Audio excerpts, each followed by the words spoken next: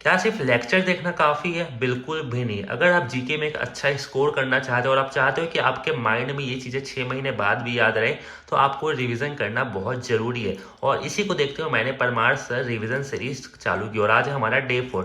इसमें बेसिकली क्या होता है, शॉर्ट में जिन नए स्टूडेंट हैं उनको बता दूं कि जो भी लेक्चर होंगे परमार सर 3.0 बैच के, चाहे वो मार्च तक क्यों ना हो, उसमें जो भी चीज़ डेली पढ़ाया जाएगी और जो भी लोग उसको अफोर्ड नहीं कर सकते, नहीं ले सकते, तो मैंने तो यूट्यूब में सर के पूरे लेक्चर डाल रखे हैं। बट जिनको रिवाइज करना और जिनको प्रॉब्लम आती है थोड़ी समझने में, तो उनके लिए ये सीरीज़ है। इसको क्या होगा, देखने से आपके माइंड में पूरा चिपक जाएगा जो भी आज का लेक्चर है। मात्र 10 मिनट में आपको 2 से 3 पेज में पता चल जाएगा कि आज का टोटल टॉपिक क्या था। और इन फ्यूचर आपको जरूरत पड़े तो ये वीडियो यूट्यूब में हमेशा रहेगा और आप इसको देख के अपना रिवीजन कर सकते हो। तो जो आज का हमारा टॉपिक था 2011-2024 का सुप्रीम कोर्ट ऑफ इंडिया। अब सुप्रीम कोर्ट में आपको पूरा चीज़ पढ़ने की जरूरत नहीं है, आपके एग्जाम में 2 से 6 नंबर ईजिली कहाँ से कवर होंगे, वीडियो को एंड तक जरूर देखना।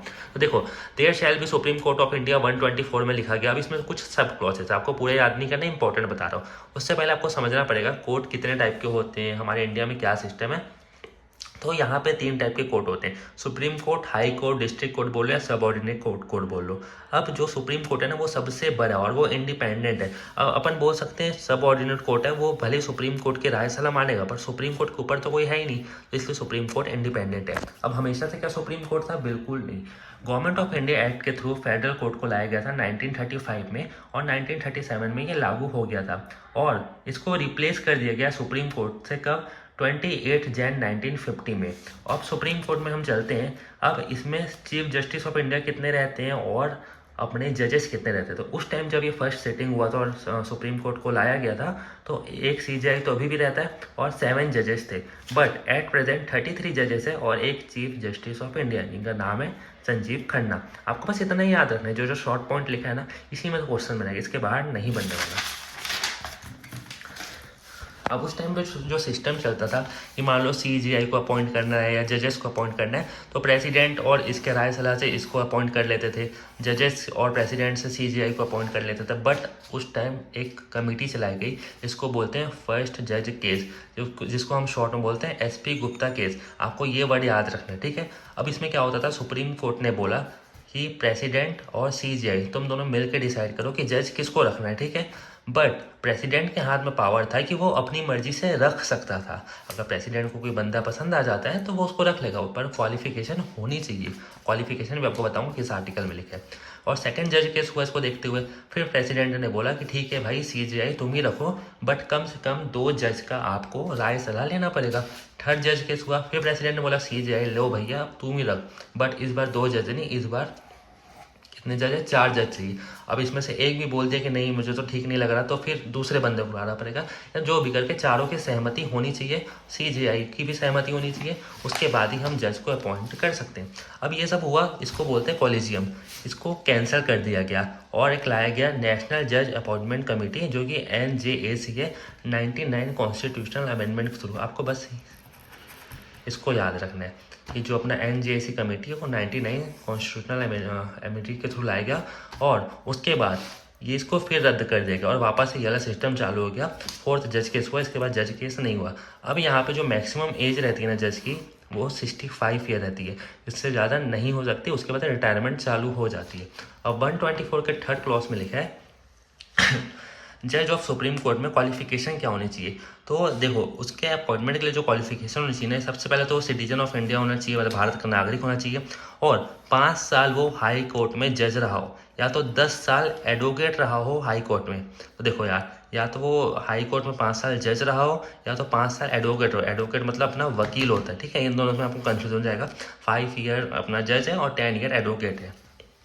और या तो प्रेसिडेंट के नज़रों में वो एक अच्छी नॉलेज रखता हो जुडिशरी की। अब ये तीनों में से कोई भी, देखो एनीवन, कोई भी चीज़ अगर मिलेगी ना, तो वहाँ पे अपॉइंटमेंट कर सकते हैं। 124 के सब क्लॉज 6 में लिखा है ओथ कौन दिलाएगा? प्रेसिडेंट दिलाएगा। अब आप बोलोगे यार कि 124 में भैया इतना सारा करा दिया, हमको याद क्या क्या रखना है? तो सिंपल सी चीज़, जब आपको नॉलेज हो गया रिमूवल कैसे होता है, क्वालिफिकेशन क्या क्या चाहिए रहता है, तो आपको 124 का 4 याद रखना है और 124 का 3 याद रखना है। उसके अलावा आपको ज़्यादा कुछ याद रखने की जरूरत नहीं। और ये जितना सब कुछ आप पढ़े वो बस आपके नॉलेज के लिए था। बेसिकली यहाँ से पूछेगा, या तो डायरेक्ट पूछेगा कि सुप्रीम कोर्ट किस आर्टिकल में, आपको 124 टिक करना है। ये सब रेयरली पूछेगा, तो ये दोनों आर्टिकल आपको याद रखते हैं।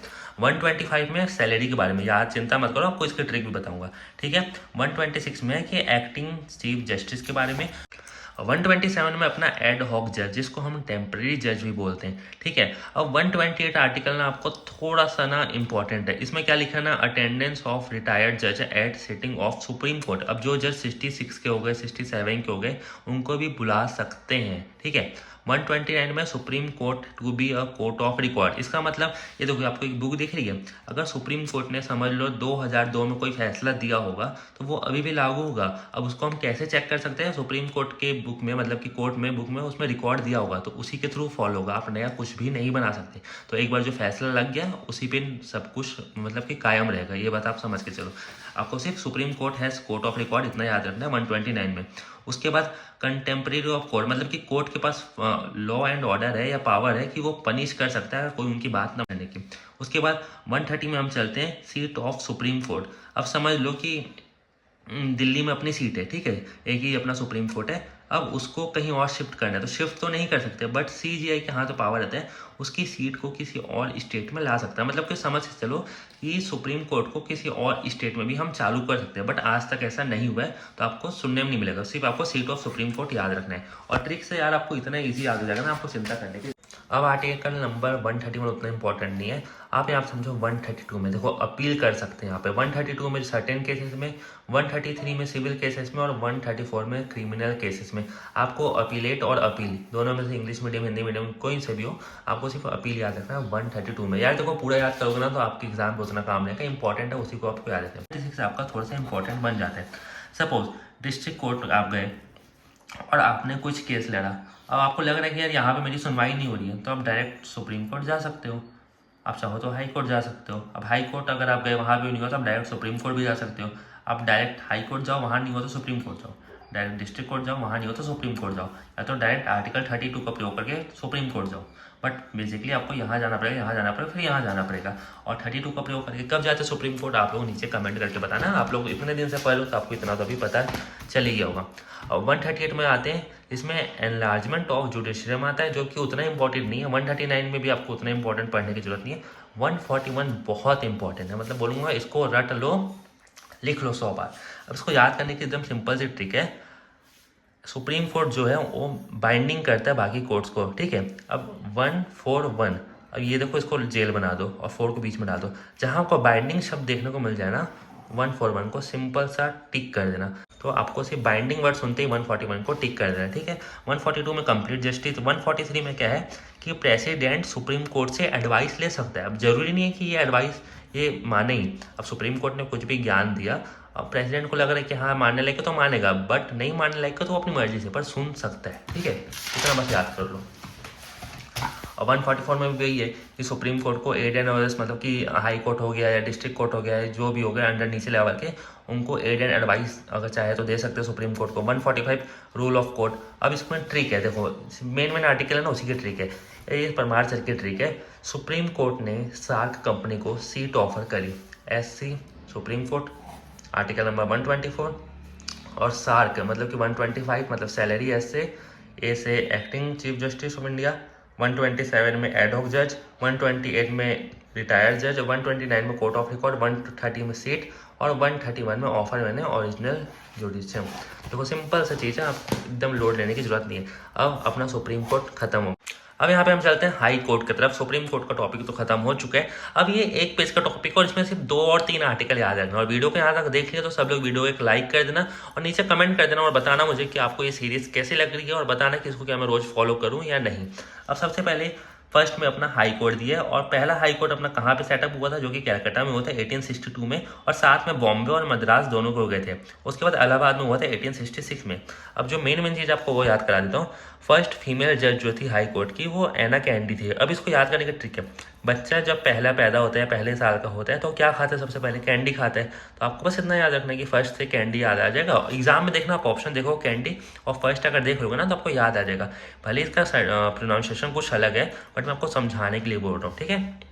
उसके बाद first female chief justice of high court थी लीला सेठ।